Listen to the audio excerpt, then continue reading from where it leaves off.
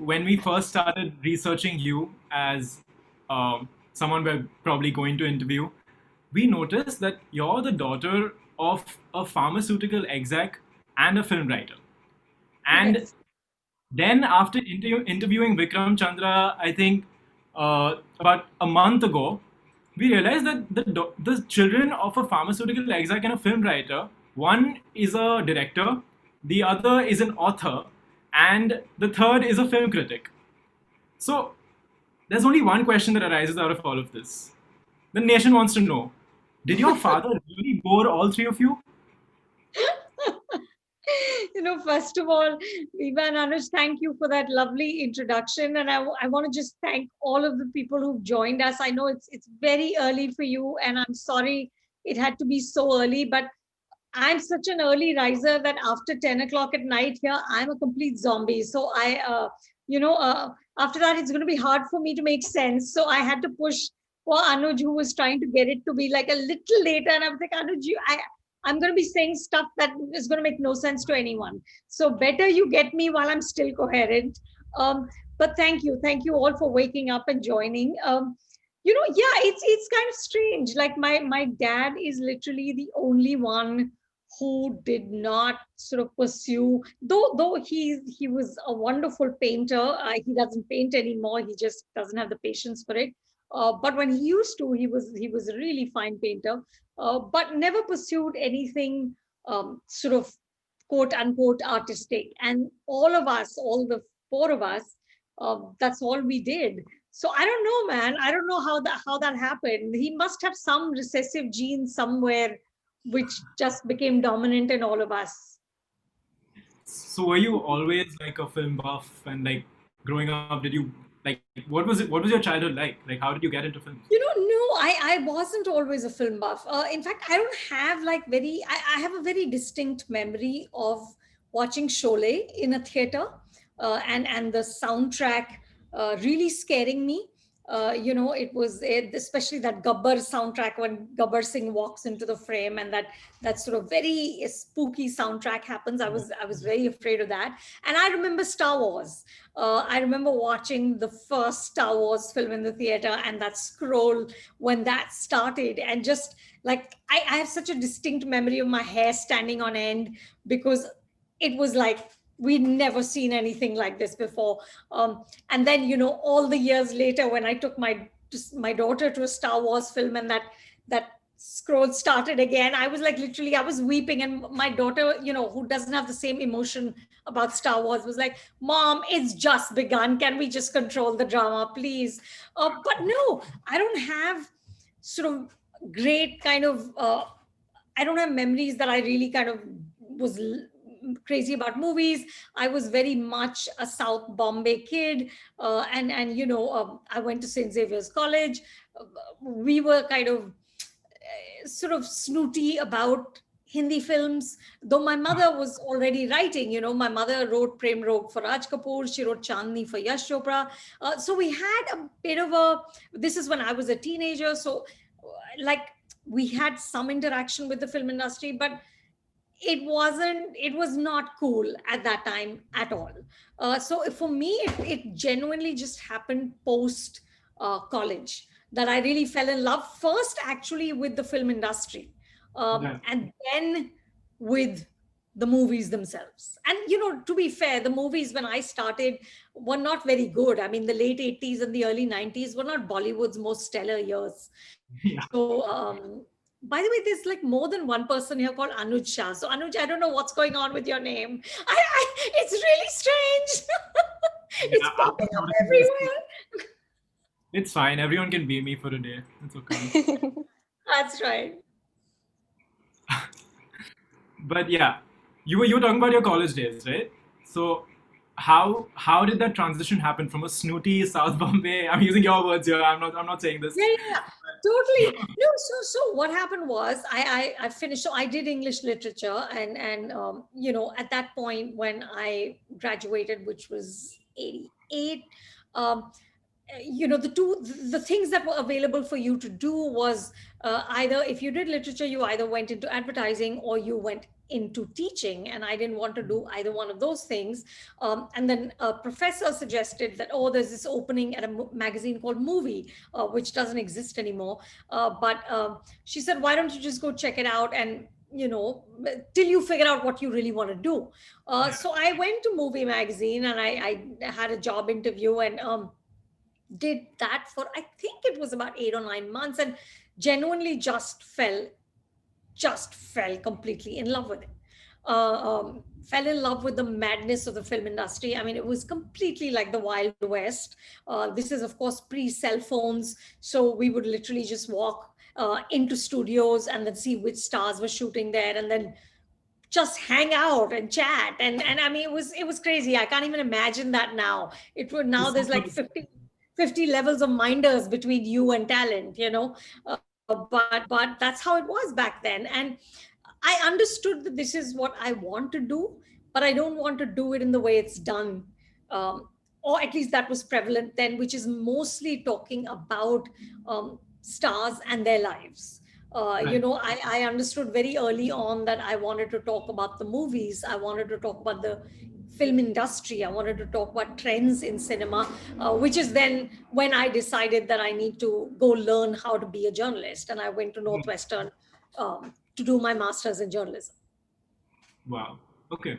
So that's probably where you got your distinctive factor from like the other tabloid journalists.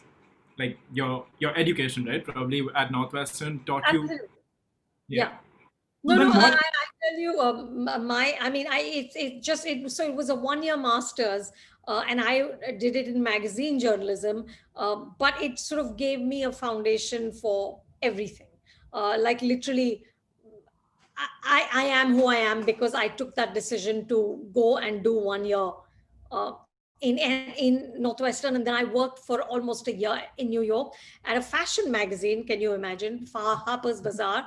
But I was working for the entertainment editor, so I was still talking about the movies. Yeah. So a question that I actually thought of was resonates with a lot of us in the audience. A lot of us are Indians studying abroad or Indians studying abroad essentially and wondering whether we should come back or not, right? So what was your I thought that you'd spend more time in Northwestern, but even after spending 1 year and after working over there for 1 year, you spent like a good 2 years in New York and in Northwestern. So what made you come back? Like what made you come back and pursue journalism in India? And at that time, journalism wasn't even like film journalism wasn't even a field, right? Bollywood. Genuinely, Okay. there's no other answer. I mean, when I went to America, I knew that I had to come back because all I wanted to write about was Bollywood. And it was crazy because I came back to India in 93. Um, and I had a green card, and nobody ever went back at that time. The sort of wave of people coming back started to happen about 10 years ago, when the economy really boomed, and it made sense for people to come back home. And people were like, in fact, it was one of my earliest job interviews for India Today magazine. Mr. Arun Puri, who's the publisher and the editor, was like, wait, you came back from America because you want to write about Bollywood? And I said, that's all I want to do. And he was like, fine, just do it, take the job. He didn't even understand. He was like, what are you talking about? Who does this? So for me, there was no question. It was never even an option. I wanted to work in New York because I'd heard so much about magazine journalism in New York, and I never wanted to come back to India and then regret that I never figured out what that world is like. So I wanted that experience. I wanted to kind of be in the thick of the New York magazine world, but I was very clear that it was all going to lead to a flight back home, and to all the madness of Bollywood. Interesting. So you're saying that you came back after working there, after just being there for 2 years, and then you get your first job in which your boss is also kind of confused as to why you want the job so badly after coming back from the US. And but so at that point of time, was was your work different from the rest off the bat? Like what do you think if you have to assess yourself at that point Uh, of time? Different meaning?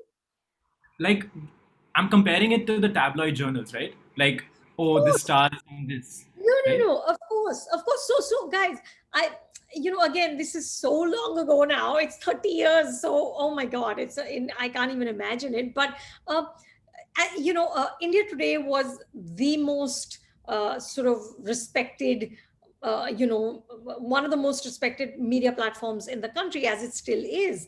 Uh, at that time, it was a fortnightly. And, it was like to be in India Today was the biggest deal. Okay. And the great thing about Mr. Puri and Shekhar Gupta, who was one of the editors there, and the other editors, they gave me the space. It was, of course, it was completely different from tabloid, because India Today was not a tabloid space. So they would never allow for, is she or is she not seeing so and so? I mean, they didn't care, and frankly, neither did I. What I started to pitch to them was stories about who is the next generation of directors. And what was interesting was I came into work at that time when the film industry itself changed. So in 94, 95 is when Suraj Barjatia and Aditya Chopra and Karan Johar made their films, and Hum Aapke Hain Kaun and DDLJ and Kuch Kuch Hota Hai, all these films released, and the film industry changed completely. I mean, it went from being a very traditional sort of space where the big daddies were all older men, to a place where suddenly, Adi was 25 years old when he made DDLJ. Suddenly, it was like everybody under 30 was the coolest thing there was. So, it was also being at the right place at the right time, and kind of being at the front line of this massive change within the business. Wow. So since then, do you think like that must have been one big change, right? The change in culture in the film industry during the 90s and 90 mid 90s. Yeah. And since then to now, you've been a content creator on almost like every format possible. Like you've been like short form print, which is like journalism in magazines, long form print, which is like being an author, uh, YouTube, which is what you're most popular for today, live festivals, MAMI Film Festival. So how has that journey been? Like, did you ever think you would be in front of cameras all day? Did you ever, as a No, journalist, when you wanted to become a journalist? no, no, no. Like I said, I trained in magazine journalism, and it was a very specific sort of feature writing that Right. we learned, and we were taught to kind of put together magazines and how magazines work. And honestly, I'd never considered on-camera work.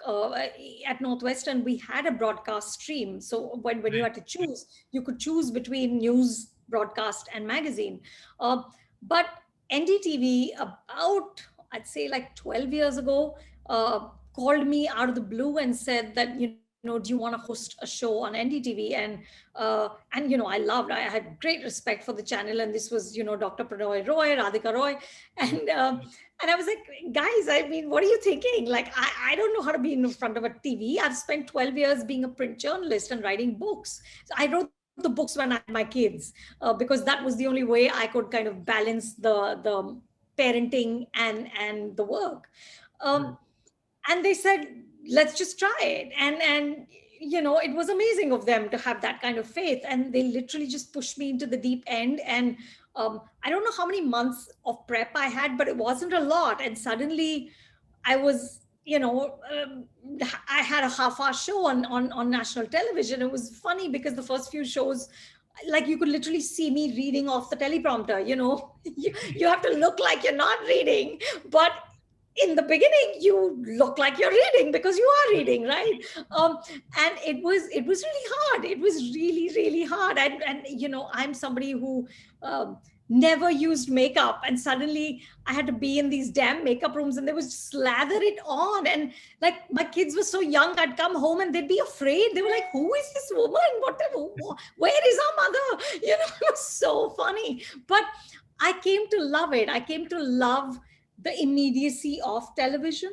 Right. The kind of, the just the texture you get when you're in front of somebody. and you're capturing it on a camera. It's different in print because you're interpreting it. Even if it's a Q&A, you're editing it, and of course you're also editing video, but there's something more immediate about it because the visual is in front of you. um, and I did that for, I don't know, like 10 years with Picture This on NDTV, and then the front row on Star. And then when the Star gig ran through because my contract expired with Star, Yeah. I was like, honestly, it wasn't my idea. My husband said, why don't you try digital? And I knew nothing about being a digital journalist. I was on Twitter. That was as digital as I got. And he said, it's stupid to think that people are going to come for film reviews with appointment viewing. It's dumb. Like, you need a review on your phone when you're going to see a film. It should be available 24/7. Yeah. And I was like, okay, let's try it, because that's the only thing we knew how to do. We knew how to produce content. And literally, we shot the first video, and of course it was overproduced because we came from television where your massive budgets, and I had a van with my name on it, and I was like, I am a star now. Here's a bloody van with my name on it. Cut to like literally one camera, one light, no one money, like zero money. I always say that we went from being like Karan Johar to Anurag Kashyap like in one day. And we sat in front of the computer waiting to see how many views we were going to get. And like nobody was watching. It was so funny. It was hilarious because we had no clue. We just no clue how to do this. But guys, it's been the most exhilarating adventure of my life, because digital is bloody a beast that needs to be fed every day. Yeah. Nobody knows what works. All the stuff that I think is like, wow, that was a great interview, like 2.5 people watch. The stuff I don't really think is, not that I don't think it's great, but I don't know what about it connects. And suddenly it takes off, and people are either outraging or trolling or saying it's great or whatever. So it's been a real adventure. But I think what's kept me going is this shifting of formats. Right. It uses a different muscle. Each one uses a different muscle. That's very Um, interesting. yeah, no. So like, I'm glad you brought this up because even I'm sure even Anush has noticed this, and most of our audience members have also noticed this, that while growing up, Indians as such, we don't have the habit of watching reviews before we actually go watch a movie, especially like 5-10 years ago. It was not common. When you started Film Companion, it wasn't common. Like even today, when like I'd convince like my grandparents and stuff, like, oh wait, I'm going to watch the review, only then will I watch a movie. They're like, wait, why would you do that? So how did Right. you convince or encourage this Indian population to start watching reviews and look at films in a more critical, through a more critical lens, especially when we Indians have like this, more of a fan following, and like we have these stars we've idolized and we worship the families. So how did you get them to quit thinking that way and more for the drama and the big blockbusters, and more in terms of like watching film reviews, analyze what you watch, don't just watch the masala movies? I thank you. You're giving me way more credit than I deserve. Believe me, I have convinced very few people to stop watching masala movies. Whenever theaters reopen, they will be full for all the masala movies. And genuinely, that's not my aim. I don't see criticism as being something. I mean, I love masala movies, so I will be, whenever Suryavanshi comes out, I will be first in line, or 83 comes out, I will be first in line. I'm there to whistle, I'm there to clap when Ranveer walks into frame, or or I mean, I love it. I love it, right? But I think what's happened, and I genuinely, I'm not, this is not sort of fake humility, but I cannot take credit for this. I think it's a evolution that has happened in the audience, because there is so much content, and it's happened over the last 20 years. I mean, the economy and television opened up in the early 90s, which is when I started, right? So until then, I mean, you guys can't even imagine this, but I literally grew up with one TV channel called Doordarshan, which was black and white and had shows like Amchi Mati, Amchi Manas. I've never figured out what that meant, but it was some farming show, right? Which I'm sure was useful to people, but not to like me living in Mumbai. So, you know, over 25, 30 years, Indian audiences, especially in urban India, have been watching so much. And since streaming started, since internet came of age, it's just an exposure to all sorts of cinema. Literally, when I was growing up, we would watch Hollywood films maybe a year after they released in Hollywood, but now it's day and date. And in fact, some movies come to India before they come to LA. So it's been a slow evolution of audience. It's been an evolution that was caused by more education, more spending power that the middle class has, the creation of multiplexes, which happened in 97, 98. The first multiplex was built in Delhi, Vasant Kunj. So it's been an evolution that's kind of built over the years, really exploded in the last 10 years. That has kind of made people more aware that, of course, we all enjoy the masala movies. There's no taking away from that. And that is what makes Bollywood unique. But there's also more, like, you don't want the same dish every day. So there's more flavors, there's more types of cinema, there's ways to read cinema that can perhaps enhance your enjoyment of it.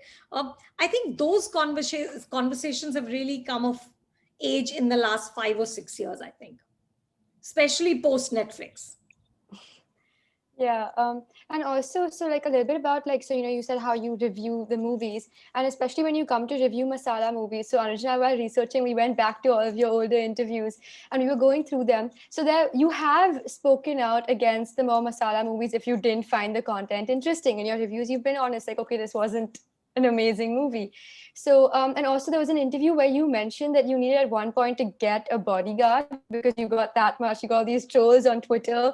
And also when Anuj was interviewing Vikram Chandra last month, even he mentioned that he was inspired to write Sacred Games because of you and your life and like how much security you needed.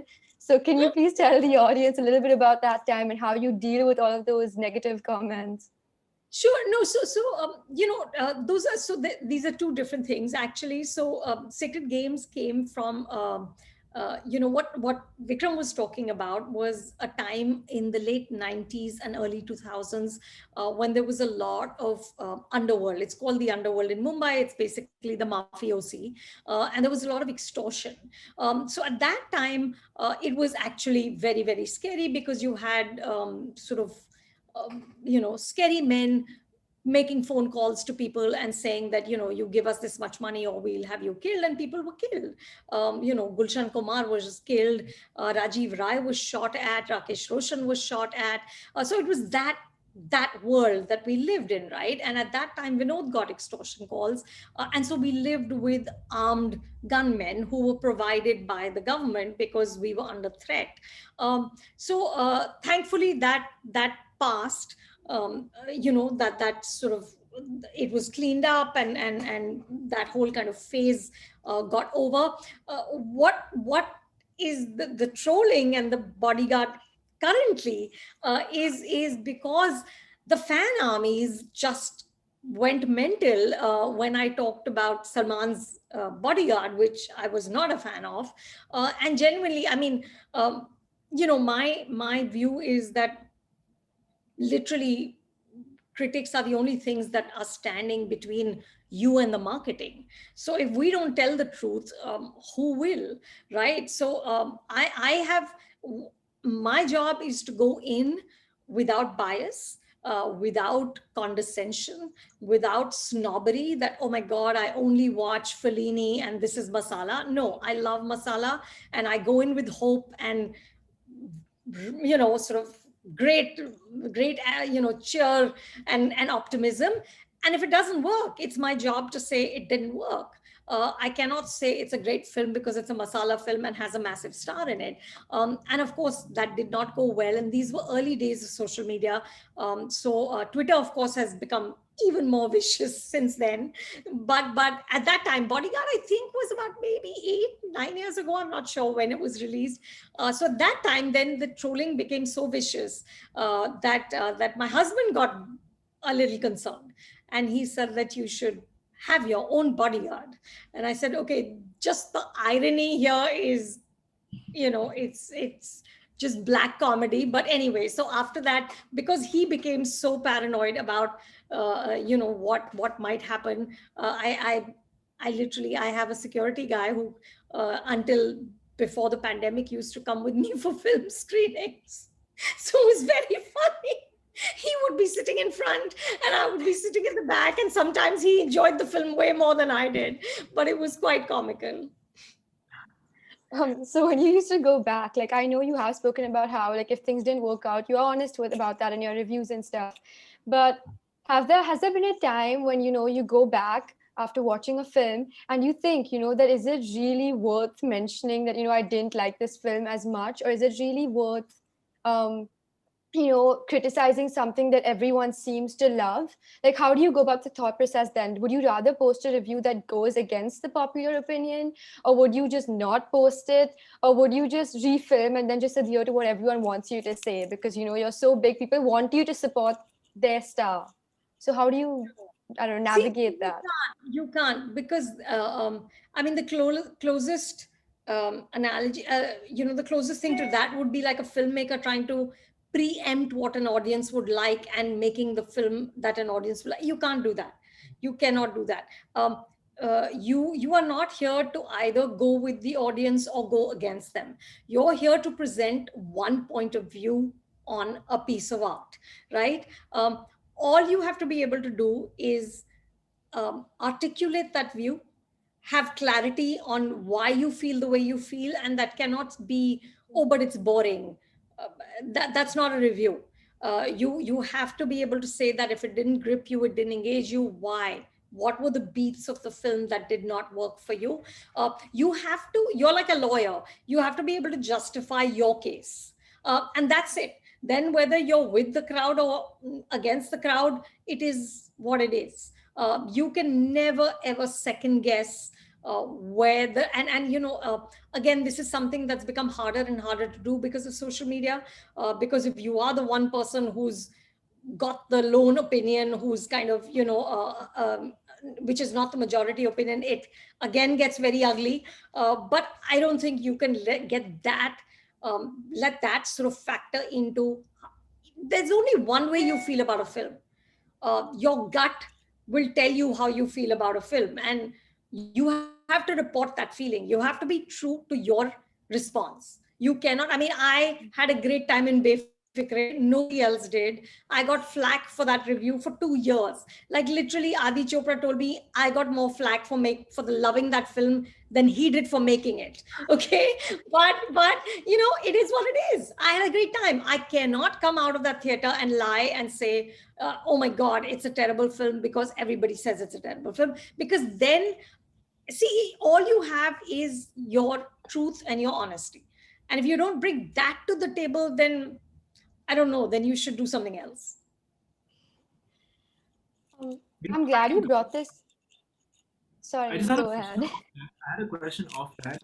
It's like when you start any publication, right? Like let's say when Times of India started. I mean, Times of India was really long ago, but let's say when an India Today started, they obviously started with, okay, we want to report the truth. Okay, we want to do good journalism, etc., etc. But in the end, the economics kick in, right? The economics kick in. Editorials become advertorials, and how do you balance that as the head of a potential very big publication, right? It's just been growing. Film Companion has been growing at unimaginable rates. So how do you navigate through maintaining the authenticity of your platform while also maintaining the economics of your platform? Is it possible today?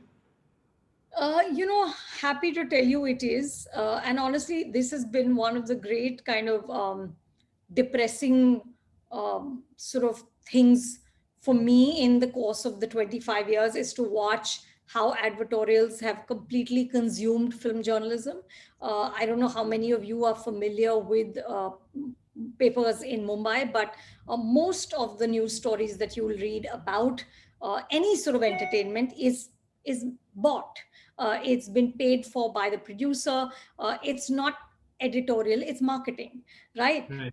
And what that does is it completely negates what is worthy of coverage, because all it says is that if you have enough marketing money, you become worthy of coverage. And that's not true. That's not what journalism is.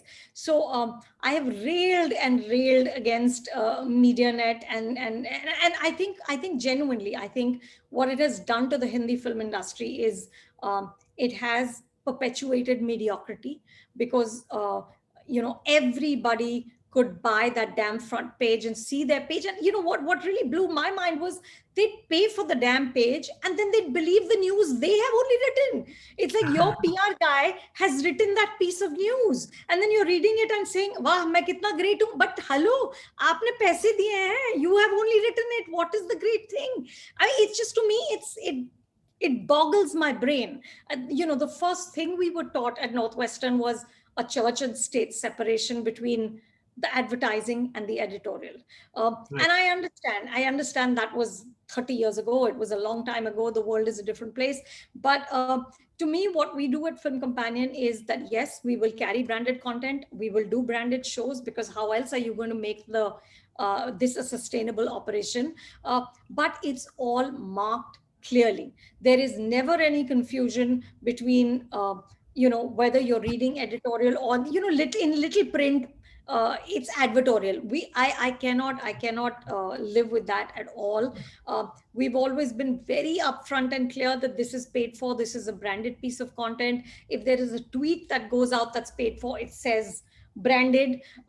So for me, that's the way to keep that separation between editorial and advertising, is you mark advertising as advertising, so that your reader is never confused about what he or she is reading. We are trying to raise funds for Film Companion, and I was in a pitch meeting, and I was talking about credibility and integrity. And the person we were pitching to, a VC fund, actually, this guy says to me, "But integrity is not monetizable." And I said, "You know what? I think we should just stop, because there's no point in talking anymore." But I'm happy to tell all of you that integrity is monetizable. We are a profitable company. We don't make a lot of money. I'm not telling you that I'm going to buy my own plane tomorrow, but we are paying for ourselves. We are, 26 employees, all paid market rates, and the operation pays for itself, and I'm proud of that, because genuinely, I think if you build it with the right intention, you can make it work. You will find the money. That whole thing, if you build it, they will come. It's harder. It's harder. We won't have maybe the eyeballs of other websites, or whatever. I don't want to get into that, but I just think that it's a tougher climb, but I think it's a more satisfying one. Just talking a little bit more about the separation between the two, and like staying true to your craft and to journalism and the whole purpose of it. So in the West, we are more accustomed to seeing a very clear line drawn between film journalism and like a film critic. Whereas out here, that's not true. Like you yourself, you also interview celebrities, but you also, review them. So how do you keep those two separate when it's under the same channel or under the same company? Do you feel like, that at times the line blurs between the two? Or it's also because I'm sure these people beyond just actors, like maybe your kids study with them or your husband works with them. So how are you able to keep all of those biases or all of those opinions out of your opinion or your craft or your journalism of reporting, like whatever, how you actually felt about the movie? It's not easy. And ideally, I would also like to not be both, not be the interviewer and the critic. But I've never had that luxury. From the beginning of my career, I have always been both. And of course, then I married into the mob, which only complicated things further. But the truth is, finally, it comes down to your own sense of what is right, and you will feel it. Your gut will know, because there's no lines. Of course, in an ideal world, I wouldn't be doing both jobs. I wouldn't be reviewing the films of people my husband is working with. I wouldn't, my children are in school, were in school, now they've graduated with the kids of several other movie stars and directors, and it's very awkward. It's very awkward to land up at a sports day and look at somebody whose film you've slammed. So yes, it's very awkward. It's difficult. But you have to say what you need to say, and you have to understand that there will be consequences. In this case, you lose access. They will not talk to you anymore. That's happened to me with many actors for years. For years, they haven't talked to me.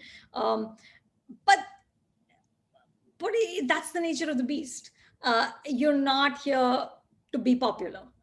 You cannot please people. You are not here to make people happy. Those are just things that are part of your job. So you can't kind of you cannot be someone who wants everybody to like them and everybody to be happy with them, because that's never going to happen. And I, because I'm married to a director, I know that it hurts. I know that a bad review slices deep. So I understand the work it takes to make a film. It's very hard. It's very hard to create. It's easy. What I do is sit in an AC room and finally say things, but these guys are the guys in the arena, right? They're building, and these women are artists and they're creating. And but you've asked for 2 hours or 3 hours of my life, and if you don't give me the promise that your film is making to me, then I should be able to say how I feel. That's how I think about it. But it is not easy. I've had very awkward moments. We don't get invited to a lot of parties. we don't have many friends. So you've been blacklisted by the industry. Like you're the couple who you should stay away from. Not the industry. It's never en masse. But for a couple of years, X person will not speak to me, or Y person will say that this was unfair, and that's fine. That you have to respect that. They to make a film is to have a child, and I'm a mom. I mean, if someone said to me, your kid doesn't really come off okay, it would piss me off, right? So it's the truth. And I really admire people who take criticism in a very sorted way, and they're those people. I remember you're talking about being a reviewer and an interviewer. There was one film, Anjana Anjani, with Priyanka and Ranbir, and I panned it. I couldn't bear that film, so I panned it. That morning my review was posted. That afternoon I had to interview Priyanka, and credit to her, she started laughing and she said, "You really like my film, huh?" And she cracked up, and that's great. If you can have that attitude, I think hats off. But even if you don't, I'm fine. I cannot expect that I will say what I want to and people will still love me. It's interesting. I wanted to share with our audience. I learned this from your interview only, and we've learned quite a lot from your interviews in terms of taking interviews. But in the West, actually, there's the film critic and the film journalist. They're two different job profiles entirely. And right. In India, it's pretty much like every film critic is also a film journalist. You, Raji, Masand, and others are also doing that. So that's very interesting to me. So I think before we open up to audience questions, which covers a lot of the topics that we also want to discuss about culture, nepotism, and stuff like that, I think we want to do a short round of fun questions, which was kind of superlatives. So what has been your toughest interview? Which actor, which director, which individual has been your toughest interview, and can you share the experience? Oh my God, I'm trying to think. Toughest. It's not one specific one, but for 1 year we were doing the front row, and we were doing a Hindi version of it called Star Verdict for Star Plus. So I would shoot the English show, and then with the same guests, it was very funny. I would wear this dress for the English show and then go change into a salwar kameez for the Hindi show. And because those were channel guidelines, I had to wear some like fancy. I always looked like I was heading to a Diwali party in that show. So I would do that. And, truthfully, I'm not proud of this, but my Hindi isn't the greatest. But the channel was very insistent that we had to do it in Hindi. So so I took tuitions because, I hadn't spoken in Hindi for so many years, and it had, to interview, you have to be able to you mug the questions, you learn them by heart, but you have to have like the vocabulary to have a conversation, right? So incredibly, of course, my luck, the first artist I interview for my Hindi show is Amitabh Bachchan, okay, whose Hindi is like the Hindi of the god, right? He just speaks like it's even if you don't understand what he's saying, you just want to listen to him, because first there's the baritone, then there's the language, and so it was. I had this, a year in here. So there's a guy in your ear who's sitting by the PCR, by the monitor, and we're shooting this show, and Mr. B is going into this lyrical Hindi, okay? And at one point he said, "Aap to बैठी हैं अपने तख्ते ताऊस पर," and I just panicked. I was like, "What is he saying? What am I supposed to respond?" I didn't even understand what he said. So the guy in my India, the writer, was like, "Don't panic, don't panic. He's just saying you're sitting on a throne." Then he said, "Or ye Vatanukulit room." And Vatanukulit is apparently air conditioned, right? So this guy in my India is translating while Mr. Bachchan is speaking, and I'm trying to look like, of course I get it. And it was hilarious. He was magic. He was just magic in Hindi. And it was very funny. I would do those shows and I would come off set and this is not pretty, but I would have like sweat stains in my armpits because I was so nervous. That was the toughest. And the other toughest thing was I did one year, I think like 5, maybe 6 years ago, I did the Oscar red carpet, which was insane. It's just, we all think it looks a certain way on television. That's what I thought it was like, but it's crazy if you're actually reporting there. There's just like 40 journalists in a row, right? And the big American outlets, NBC, ABC, whatever, obviously the talent is going to stop there. But then there's the rest of us who are not known to them. And we're just desperately hoping that some sort of A-list Hollywood star is going to stop in front of a camera. And then you have to quickly think of the question, right? Because you don't know who's going to stop there. So at one point, I think it was George Clooney. George Clooney walked at the other side of the carpet, and my producer, it was very funny. We started out and it begins really early, like you have to be there by like 12 or something. And, we had our hair and makeup, and I was in this very like salwar kameez, like all fully done. And my poor producer, who had worn these lovely earrings and all, it is such a circus that by 1 hour, she had removed her earrings. She was just screaming for actors to come to our camera. It was so funny. And she started to scream George Clooney's name. And I think he literally thought she would keel over and have a heart attack, because he walked over to our camera and said, I don't even know what he said. We asked him some question and then he gave a response, but it was hilarious. It was the utter loss of dignity, but it was great fun.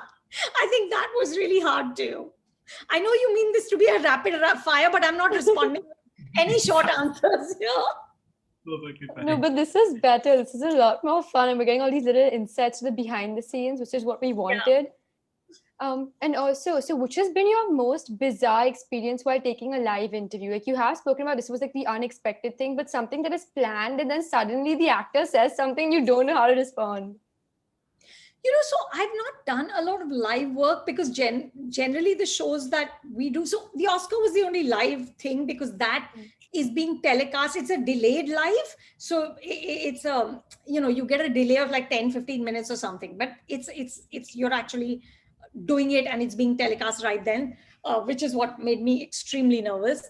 But of interviews, we don't do a lot of live stuff.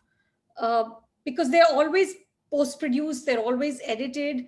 I'm trying to think if there's I remember one interview with Shah Rukh, which was, and he's best in the middle of the night, which is like I said, zombie time for me. And we were doing this interview at 1 in the morning in Film City, and there was this dog that kept coming into frame and out of frame. And after a while, I think we were all kind of just so woozy that we were talking about the dog. I don't know what this was for Jab Harry Met Sejal.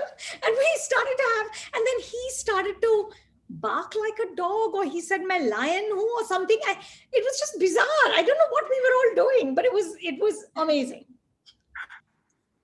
I think we want to ask you more superlatives, but we're going to move to our audience because they have a lot of questions lining up, and a lot of Anushas have questions. So I think.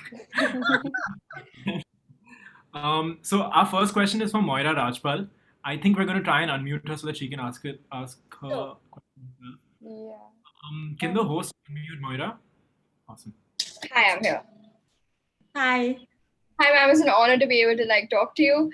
As filmmaking students today, I think there is some sort of anxiety about the fact that we started studying filmmaking because of the romance that we share with the art, right? But it kind of does apply to web also. But it bothers me quite a bit that you did speak about the changes in the industry, the recent journey and advances in content, to be particular on both the web and the big screen. Stuck between the legacy and the glamour and the gravity of the silver screen, and I would say the newer, fresher voices of web. That it's I think it's more the people's story when on web. So do you think that one is going to come out on top of the other in a couple of years, or do you think that they can coexist at the current at the status quo? Do you think that's possible in a couple of years to come? I think for India, definitely it'll be coexistence. I don't know in the West how many theaters are going to survive and what. See, India is many countries in one. It's many centuries in one. So you and I might have Netflix and Amazon, but that doesn't mean that the rest of the country does. And even if they do, going to a movie is the one outing that a family has in the week. They don't have access to amusement parks or to music concerts or to a lot of the things that people like us might take for granted, right? So I think in India, definitely there will be coexistence. It's tough. There's no two ways about it. There's going to be a lot of single screen theaters that shut down, and that's kind of sad because there's a real legacy there's those are theaters, some of them are so old. They're these beautiful theaters. But I think that when the films start to roll out, people will start to come back to theaters. And as a filmmaker or an aspiring filmmaker, I honestly think you should think of telling stories that are as cinematic as possible, whether it's for a smaller screen or a bigger screen. I read Alfonso Cuarón said, and he's of course made his last film for Netflix. He's just signed with Apple Plus, but he said that he said that filmmakers are saying that they need to adjust to the small screen, and he said, I think that's wrong. I think the small screen needs to adjust to cinematic visions. I recently interviewed Meera Nair for Suitable Boy, and she said that for her it's a movie over 6 hours. So I don't think that anybody who's telling stories should stunt their imagination to suit a screen. I think you should tell the story you want to tell, and hopefully, I have long arguments with my husband, who also is, of course, the romance of the big screen and all that. But I'm like, get your story to reach people. That's also very important. And I want both. Genuinely, in my life, I want to be able to go out and sit in a theater with 1,000 strangers and laugh because somebody does something, but I also want to be able to see it in the comfort of my home. So I think they will coexist. Okay, so moving on to the next question, really quickly from the audience, because we have a lot. It's from Rima Dudukula. Sorry if I butchered the pronunciation. Rima, can you unmute yourself, or should I ask Hey, it on her behalf? hi.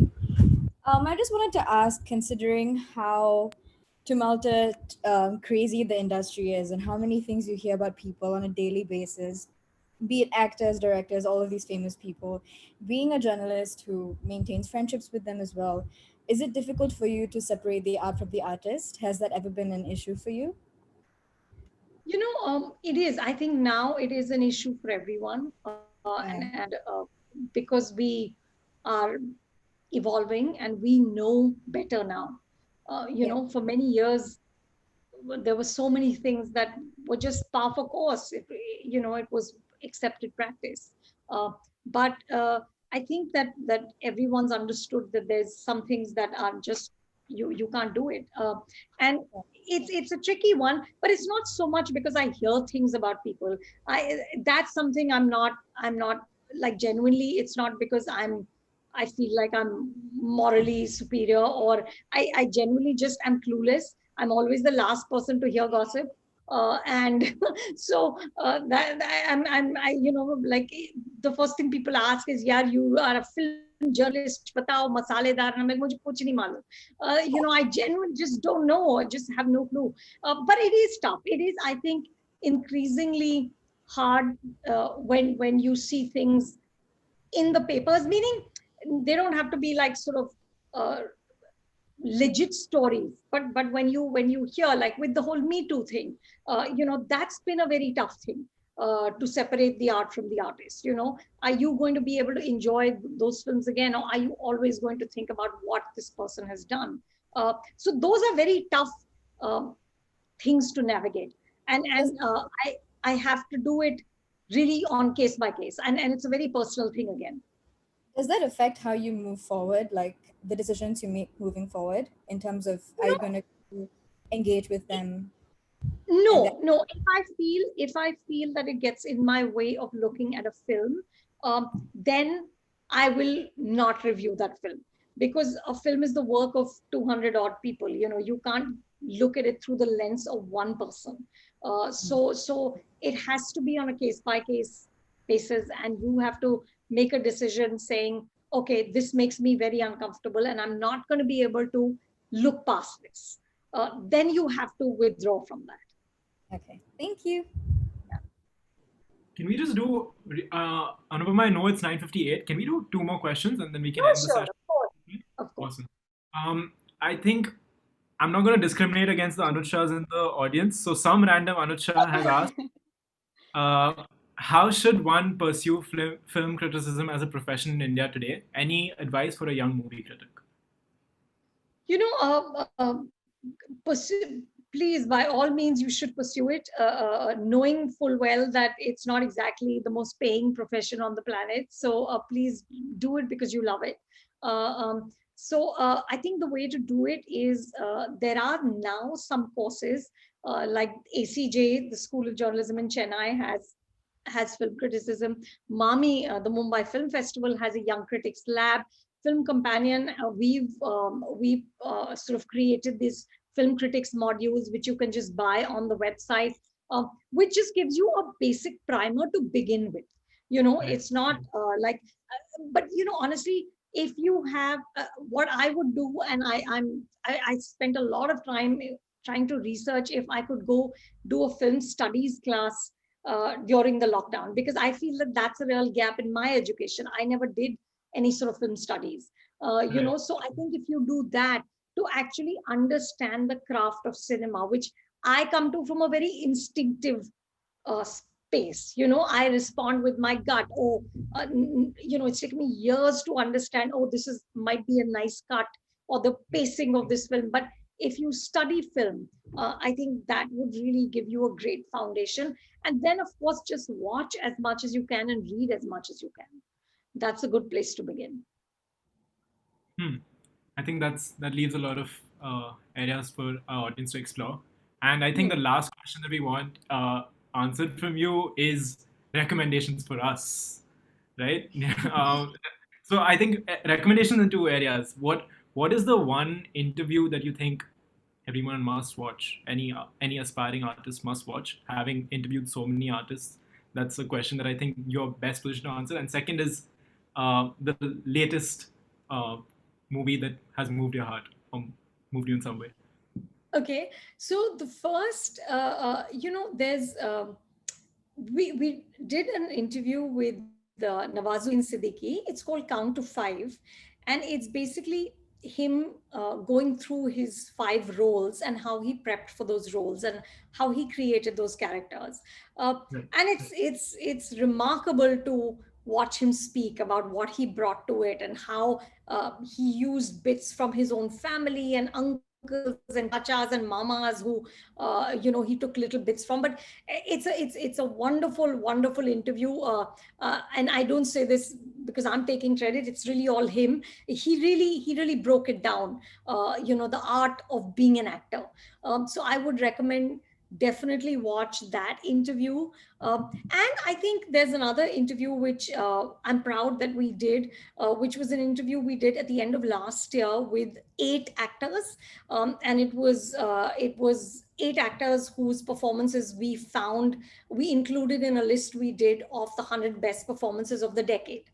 So, this is an interview which had it was a pan India interview, which I was very happy about, because our whole purpose with Film Companion is to recognize that there's cinema beyond Bollywood, and there's great cinema beyond Bollywood.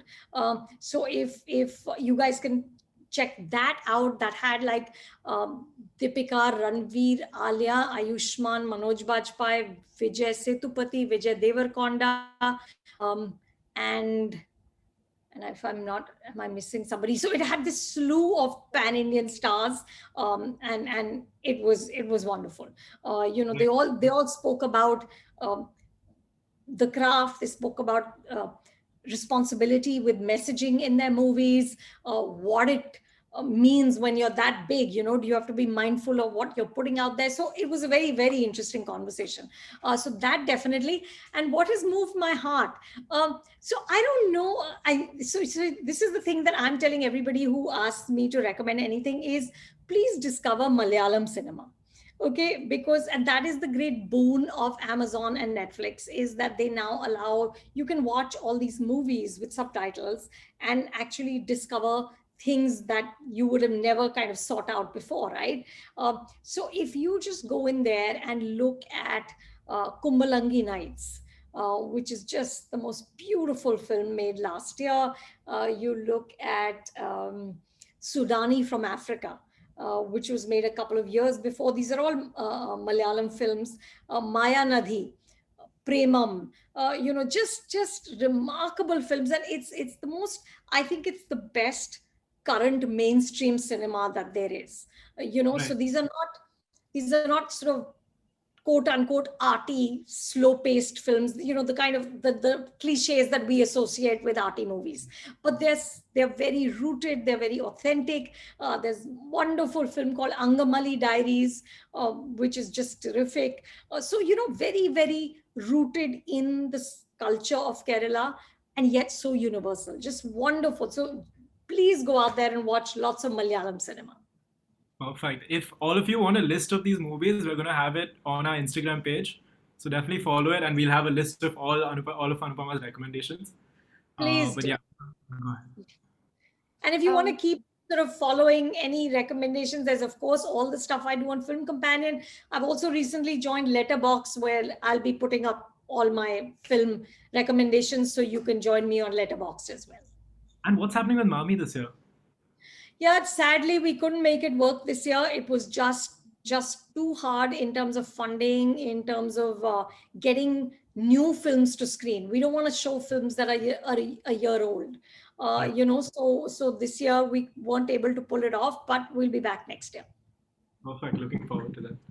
Me too. Okay, so this has been a great chat. We don't want to hold you back for longer because, like you've mentioned before, it's your bedtime and you turn into a zombie soon. So, It's like 10 o'clock. It's my bedtime, guys. I have to leave now. no, it's okay. We get that. And we appreciate people who can sleep on time, because all of us who are in India, kind of like matching the US time zone, all of our sleep schedules have gone for a toss. So it's great to see at least there's some people out there who sleep on time like normal humans do. But yeah, so thank you so much, Anupama, for joining us today on behalf of everyone present, and especially Anuj and I, who have been big fans of your work for a while now. This has been great. This has been super insightful. You're funny, you were honest, and you were exactly, I think, the film fix that we needed for this Friday, especially during midterm season. And thank you so much to the audience for joining in. We're sure that because of the time difference and stuff, this was not the most ideal time. And it's a Friday on top of that. A lot of you must be like maybe bunking classes to attend this. So thank you so much for that. And definitely thank you to our speaker series team for putting this event together, helping with the marketing, with the outreach, with the communications. It definitely does take a team to put together events, like I'm sure even Anupama knows with all of her interviews and her events. So thank you so much, guys. And follow Film Companions pages, follow our pages, subscribe to our mailing list so you'll be alerted whenever we have a new event coming up. Thank you, everyone. I really appreciate it. Thanks a lot. Good night. Good night. Good night. Bye. Bye.